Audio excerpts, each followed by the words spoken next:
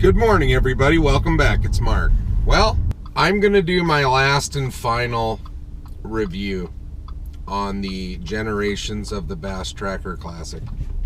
We're going to talk about the Bass Tracker Classic 2020 XL today. All right, the Bass Tracker 2020 Classic XL is the third generation of the Classic series. You're going to have the option on this boat for a 40 horse or a 50 horse, and the price difference, folks, is $350. I would probably take that $350 upgrade and tack that on the price. A 50 horse versus a 40 horse, if you had to buy them, is significantly more than the $350 difference they're charging you. So I would jump on that. Next is the color. You're going to have an option between red or black on the exterior of the boat. Aside from that, the rest of the boat stays the same as the Classic Generation 2. You're going to have a gray carpet scheme with gray seats. The rest of the package includes a Minn Kota 45-pound thrust trolling motor, which is completely sufficient in normal conditions. Okay. When the wind gets about 20 miles an hour, throw that normal condition book out the window. You will be on 5 and working that motor to death. So it's something to think about. If you live in a place that's really windy, this might not be the boat for you. And it sits about this far. It sits about 4 inches into the water, and the rest of it comes out. Now, these are things to think about based on where you live. I did take the boat across country last year and put it in almost any kind of water you can imagine, and it performed flawlessly.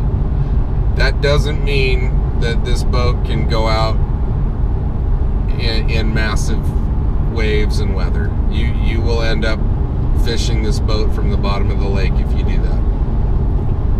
Why did I do it? Well, I just wanted to see if it could be done. And, honestly, looking back, now we're in the third generation of this boat. I bought the first one.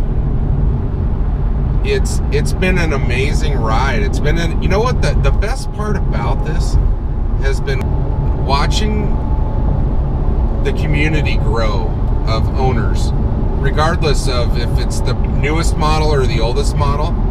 There's this connection now that we all share. The wealth of knowledge that's being shared on all 3 Facebook pages that highlight the 3 generations of boats. If you have one of these boats, I implore you to join one of them, if not all of them. There's a lot of information being shared about modifications, problems with the boat, and people regionally talk about their experiences with, the tracker service policy or warranty issues. In my case, I've had a flawless experience with the Mesa Bass Pro Shops Tracker Heritage Center. The people that work there are top notch, and I'm thankful. I've heard stories from people across the country that aren't so lucky. So, with that, the Bass Tracker Classic 2020 XL looks to be the end of the ordering process for this generation of boat. From what I'm hearing, they're going to be in the stores full time. I don't know if that means they're getting rid of the Pro 160 or what. I kind of don't see a need for the Pro 160, being that it costs more than the Classic 2020 XL, and it's smaller, it's less of a boat. I don't know. We'll see where the future holds for that. As far as the 2020 Classic XL, if you're not one of the people that jumped on one of the previous two models, this is still the best value in boating. Even though it's a couple thousand more than the initial offering of the Heritage and 1,000 more than the Classic, it still is cheaper by thousands than the next brand or the next boat in the Tracker lineup, being the Pro 170, Pro 175. And if you're wondering about speed, okay, the 40 horse is going to push that boat around 32 miles an hour, will be around your top speed. Now, if you bump up to the 50, you're going to see maybe 35, 36. For $350, you know, that's something to think about. You know, is 4 or 5 miles an hour justify another $350? I say yes, based on resale value. I think you'll get more for the boat if it has the 50. You know, and several people have also mentioned, hey Mark, you know, check out a Vexus. Well, I checked them out and they're badass. Like, a Vexus boats look great to me. Here's the deal. Compared to the Classic generation of boats, it's in a different class. Just financially. I mean, you're looking at well over 20 grand for a Vexus loaded. So, you know, my answer's always been, you know, price. Why did I buy the Heritage? Price. Brand new boat, warranty, everything for 10 grand. Like, you can't, it's tough to argue with that. You know, people hounded. Oh yeah, their Tracker has terrible boats and terrible welds and blah, blah, blah. I have beat this boat and put it in places it does not belong. And it still floats, it doesn't leak. Everything looks as it should. 2 years later, almost 2 years later. And there's people that have used their boats a hell of a lot more than I have daily. They are still rocking them solid. So, at the end of the day, if you're in the market for a fishing boat that's family friendly, easy to launch, easy to deal with, not going to break the bank, bar none, this is the boat. People buy these boats and then, you know, discover that they may need a cover. And I'll tell you what, it's probably the best investment that you'll make for your boat is that cover, unless you keep your boat in a completely controlled environment, because critters will find their way in there, you know, all kinds of stuff.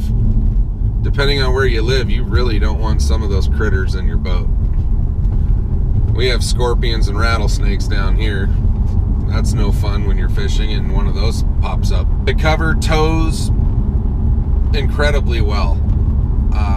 A lot of people can attest to this with, you know, major trips, hours and hours on the road at 75 miles an hour, and this thing is, it's pretty bulletproof. If you're thinking about buying the new 2020 Classic, I implore you to at least look into the Dowco cover. That's the one that came with the Heritages, and they still offer that same cover for this model of boat, and it's perfect. I don't get paid by these people, by the way, to say this stuff, so I mean, I believe in it. I've put it to the test, and it is absolutely worth every penny of, I think they're around 500 bucks now. Not 100%, but that's close. Along with the cover, you're gonna want to probably upgrade the tie downs on the back of your boat. The ones they come with are just very basic tie down straps.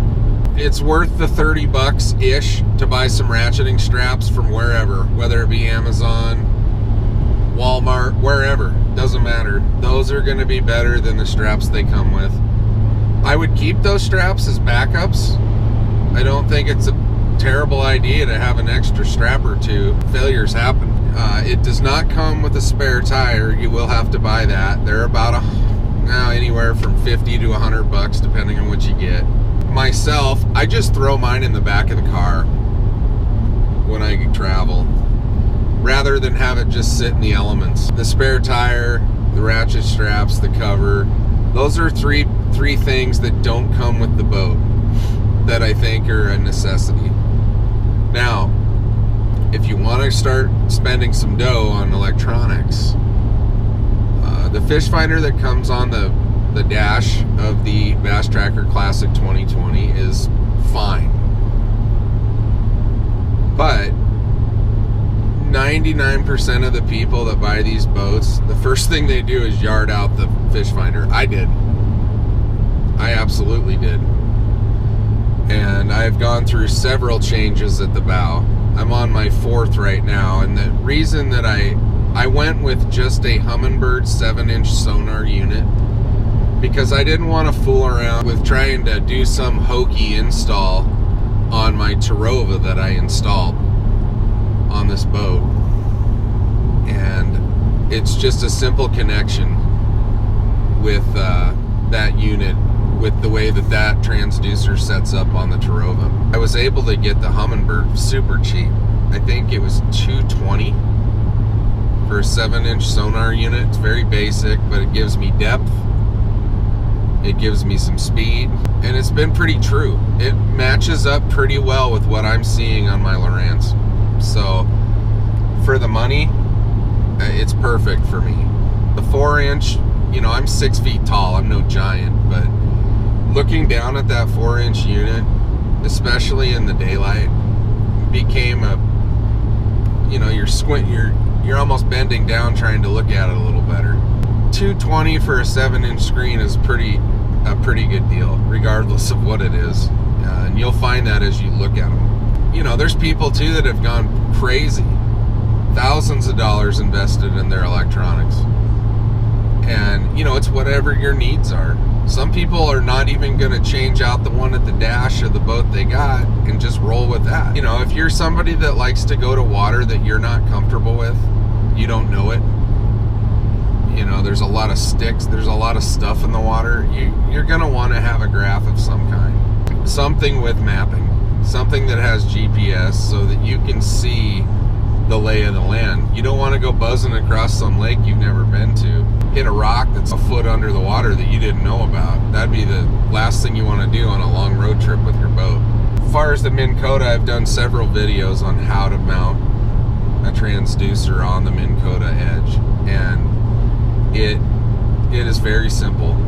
It's very easy, and it's very worthwhile. You can do it yourself. I would not pay the $200 or so it's going to cost for someone to install it. If you have a square drive bit and a drill, you can basically do this job. All of the wiring that you need at the bow of your boat will be found underneath that front plate, and they are all square drive screws that hold it down. I forget the number that's in there, but somewhere around 10 or 12 screws you take out. And underneath your plug for your trolling motor, you'll see a hole, and if the wires aren't stubbed out of there, they will be in there, but there'll be a pair of wires for an additional fish finder up front. And the fuse for that will be found under your dash. There's a few fuses in there, and I'll put a picture up of what it looks like right here.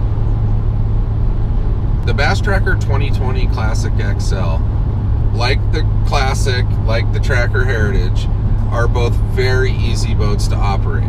They're very easy to operate by yourself. Even if you have some limitations, you can launch this boat, retrieve it yourself, and do everything. It's very lightweight. If you're in a situation now where you have an open boat ramp per se, where you don't have protection from the wind and you're trying to land this boat, it can be difficult because of the weight of it. The wind will push it around, especially at slow speeds. So, you got to think about that. A lot of people have modified the sides of the bunks on the trailer and made them taller, or added extensions onto them to kind of hold the boat as they're going in, and great ideas. I haven't needed that, but I can see the need for it in certain places. It's definitely worthwhile. Some people too have, you know, gone to putting lights and stuff so you can absolutely see where your trailer is as you're driving up to it in the dark. At this point, would I buy the Bass Tracker 2020 Classic XL? Yes, I still would buy this boat if I didn't have what I have over other models, and purely because of price. The price of the next closest boat is, you know, $3,000 away. I'm gonna keep my Heritage. I don't know that I'll ever sell that boat. We'll see in the future. I will get a glass boat eventually, but we're still intending on moving to the Midwest, lakefront. My wife wanted to teach one more year at least. She's got a really good group of kids this year, so we're on hold. But, you know, we'll see where life takes us. But that's the plan, and, you know, I want this Heritage to have a home on a lake, and then we'll build around that.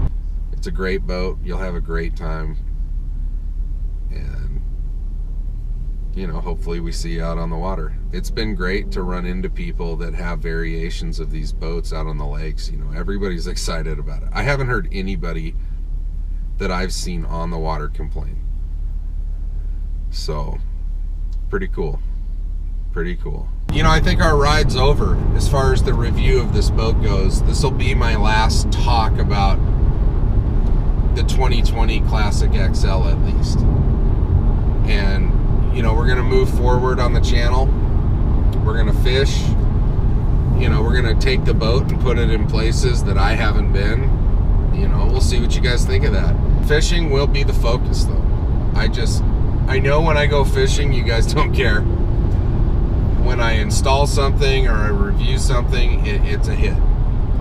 So if anybody has any feedback about what you want to see or what you want to know about any of the boat models, I'm more than happy to answer those questions on any form of social media. And it's been that way since day one. And I think that's why what I'm doing works. Because I've been personable. I'm always available.